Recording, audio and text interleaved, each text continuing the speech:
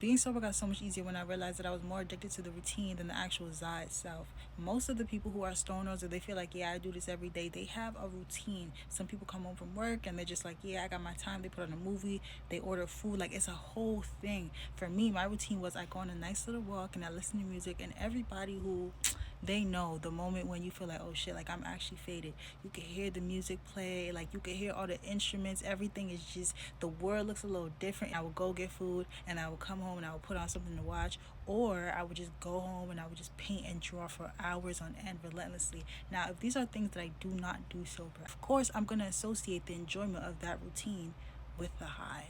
Whole time I don't even need that. And then with, it's meant to be addicting, not for everybody. Some people, they could balance it a lot better, but if you've been through it before, then you're one of them ones where you got to be real careful.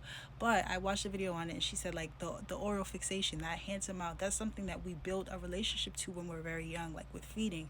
I have a little niece, and now when she's hungry she puts her hands in her mouth. It's just very natural for that to stimulate us in a way. And then the deep breathing, you're, and I tried to switch over to edibles, it wasn't as like, oh my gosh I need this, oh my gosh I need this. It was kind of like, oh cool, I have a little piece, we'll do that later in the weekend. It wasn't as addicting. So that just goes to show me like, okay, the deep breathing, the oral fixation.